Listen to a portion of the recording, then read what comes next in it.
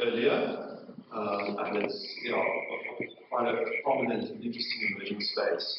So to start at the beginning, what is ESG? For those of you not familiar with the acronym, it stands for Environmental, Social and Governance Risks or Issues. And I've sort of included some examples there in the different buckets. So those are some of the topics or considerations that you might include under the E, the S and the G. So climate change and pollution under the E, transformation, human rights under the S, and under the G, the prominent ones, executive remuneration, strategy, capital allocation, those kind of things. So what does it actually mean to invest responsibly, or when we speak about ESG investing? From an active manager's point of view, that involves sort of researching ESG risks and incorporating these when making investment decisions, and also exercising your responsibilities as a shareholder in a diligent manner.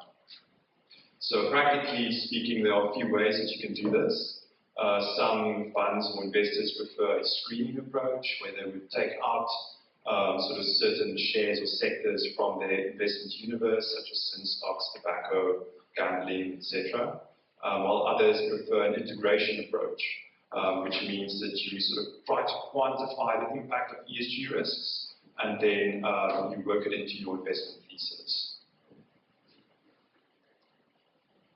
So just sort of looking at the growth of ESG, a few years ago, certainly when I started working, ESG was very much a niche area. But as you can see, this is a study published by Bloomberg. It's projected that ESG-labeled funds will increase to around $50 trillion in the next 2-3 years, which is massive. That's about a third of total fund AUM globally. And that's if you assume a growth rate of around half of what it's been over the past 5 years. So it's definitely not niche anymore. And to further emphasize the growth, we can look at the number of PRI signatories, so the Principles for Responsible Investing. I'm sure most of the funds here are also signatories to the PRI, but you can see significant growth in both the number of signatories and assets under management over time, which gives you an idea or a sense that ESG is actually something that most funds and investors are now thinking about. And sort of on the right-hand side, you see the number of TCFD supporters, so that's the Task Force for Climate-Related Financial Disclosures. So it's essentially an initiative that listed companies can support, whereby they commit to reporting on climate risks and opportunities as part of their normal financial reporting. So as you can see, a significant uptick there as well. Just talking through some of the general developments that we've seen in the space. Firstly, there's a significant increase in the number of ESG ratings one can now find. So what this means is that credit rating agencies or specialist ESG rating agencies put out ratings for different companies, whereby they will rate, let's say, a Sasol or a Nedbank or whatever as a high, low, medium, or some of them give them a score, 60 out of 100 or A+. I'll chat about sort of some of the pitfalls in that space in a second. Secondly, there's a significant amount of regulation that's coming out from governments and regulators. In South Africa, we've recently seen the Green Taxonomy draft being published, and within Reg 28, trustees are also now required to consider ESG risks as part of their fiduciary duties. Companies are struggling with sort of reporting on their ESG, so there's quite a drive towards standardizing ESG disclosure. If one company reports on its climate risks in a particular way and another one follows a different path, and it becomes quite tricky to sort of compare the different companies with each other. An encouraging development is that we're also seeing ESG targets being incorporated in the variable component of executive pay. Both BHP and Sasol, for example, will vary executive rem based on the climate performance of their companies. So, that's a very encouraging sign that your executives will now actually feel it portfolios are very exposed to China. People are starting to sort of think more critically around human rights and social risks, political risks that come with exposure to China.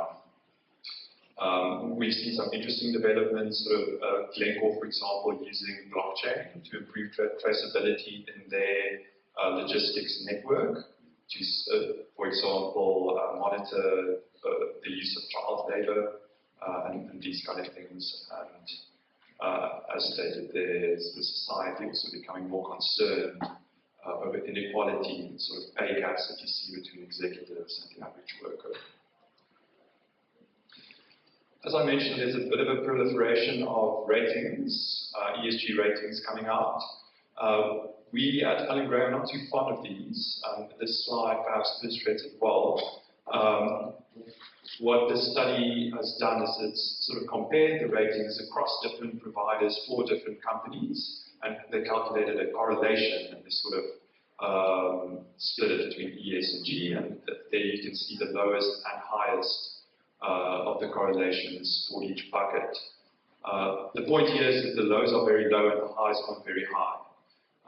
And what that means is that the different rating providers have very different scores for the same company.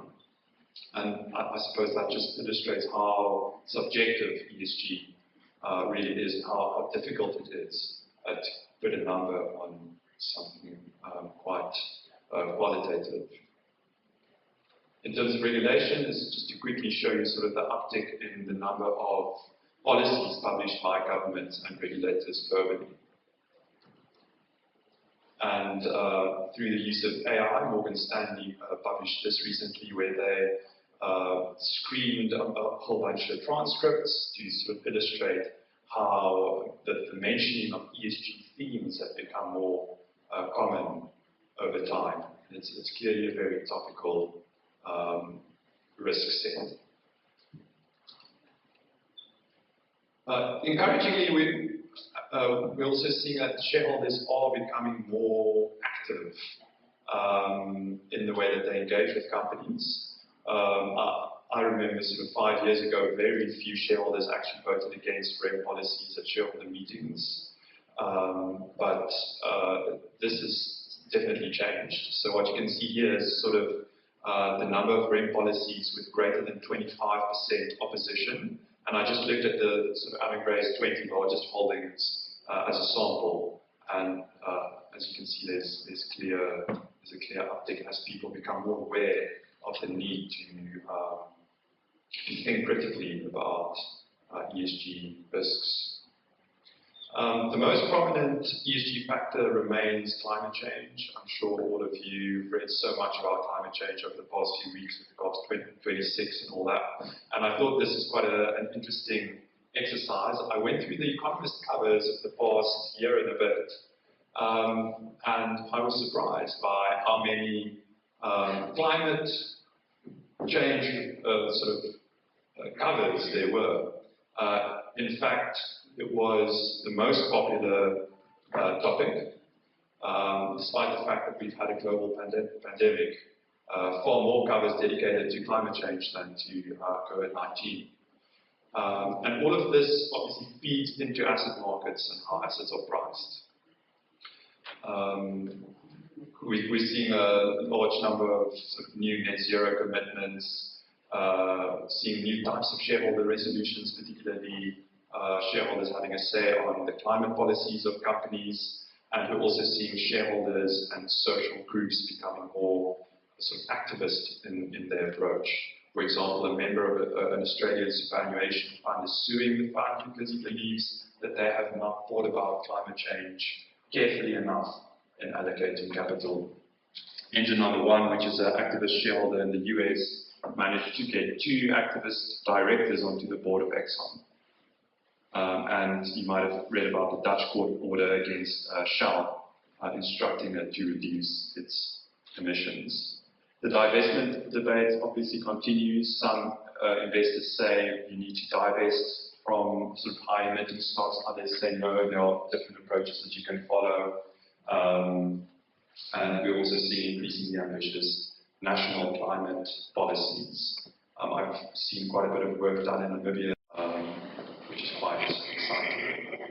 As I mentioned, all of this talk, all of this news flow is bound to affect asset prices. And here you can see if we do an analysis of the global market, this looks at the private, the sort of 20-year average price-to-book ratio of the global index, and it splits it by sector. And as you can see, the energy sector is just about the only sector that's significantly cheaper now than it has been historically, as money flows out of energy and into sort of more ESG-friendly stocks.